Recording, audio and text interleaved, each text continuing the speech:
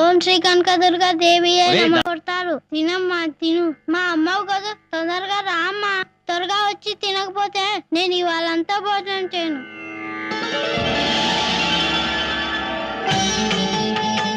తినమ్మా.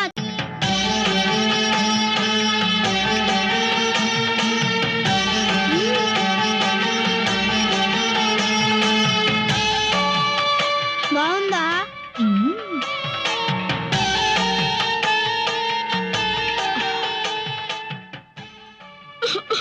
పొలం మారిందా? శివుడు తలుచుకొని ఉంటాడు. నేను దిష్టి తీస్తాను.